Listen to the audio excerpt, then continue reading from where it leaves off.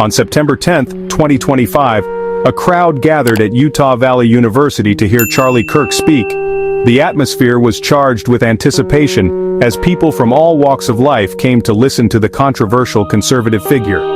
As Kirk addressed the audience, a single gunshot rang out. He collapsed on stage, the sound of the shot echoing through the auditorium. Panic erupted immediately. What began as a rally quickly descended into chaos, broadcast live to millions of viewers who watched in horror. Kirk, a polarizing figure in American conservatism, was assassinated in front of thousands.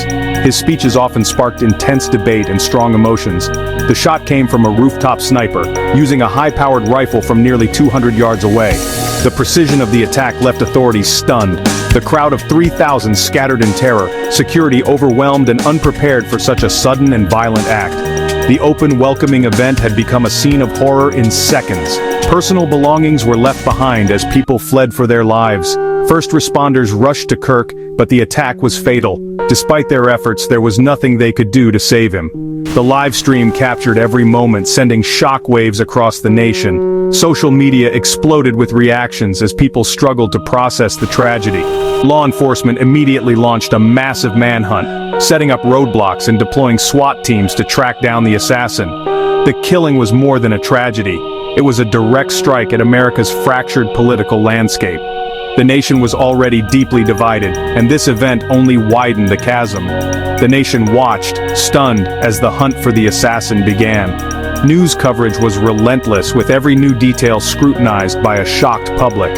The shot fired in Orem would echo far beyond Utah, deepening the country's divisions and leaving a lasting impact on the national psyche. The search for Kirk's killer began with a sense of urgency and disbelief, as the community struggled to process the shocking loss. Within hours, the case became a national obsession, dominating headlines and sparking intense speculation across social media and news outlets.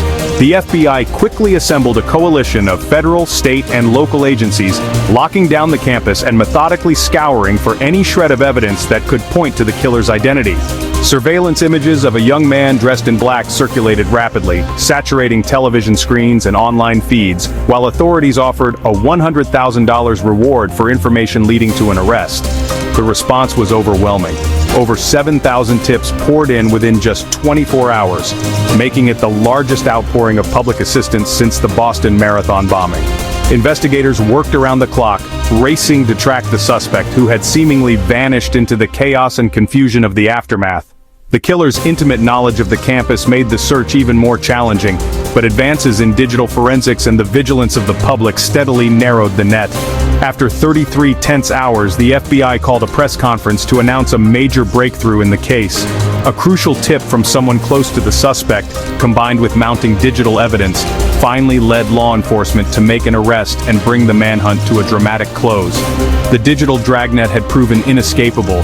Even in an age where anonymity seems possible, the nation's eyes, both human and electronic, were everywhere, watching and waiting. The manhunt was over, but for the community and investigators alike, the search for answers and for justice was only just beginning. The suspect at the center of the investigation was 22-year-old Tyler Robinson, a young man whose life had taken a dark and unexpected turn. Robinson was not a student at the university, nor did he have any direct connection to the event that would soon make headlines across the country. He was apprehended after returning to the scene of the crime, where mounting evidence quickly pointed to his involvement in the shocking attack. Police recovered a sniper rifle, and investigators discovered bullet casings engraved with anti-fascist slogans, clear signs that ideology played a role in his actions.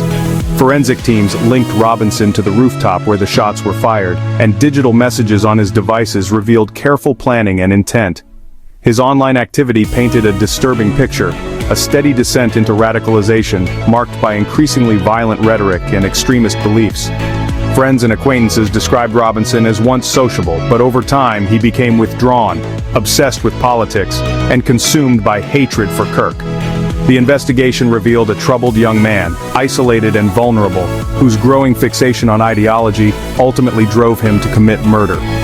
Robinson's actions were not just a crime, they serve as a stark warning about the real and present dangers of online extremism in today's digital world. Charlie Kirk's assassination stunned the nation and its leaders. President Trump condemned the act as political terrorism and awarded Kirk the Presidential Medal of Freedom. Vigils sprang up nationwide and public figures canceled events, fearing for their safety. The attack reignited debate over security at political rallies and the risks of heated rhetoric. The NFL held moments of silence. Social media struggled to contain graphic footage. The tragedy exposed deep societal rifts and left Americans fearful of what might come next. Kirk's death became a symbol of the nation's vulnerability and division. Charlie Kirk's death marks a turning point in American politics.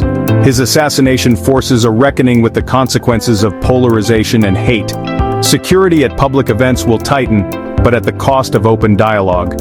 For supporters, Kirk becomes a martyr, his movement galvanized by his loss. His legacy will echo in debates over free speech, extremism, and public safety. The challenge: protect democracy without sacrificing its openness. Kirk's story is now a permanent part of America's struggle with division. The nation must decide how to heal and how to move forward.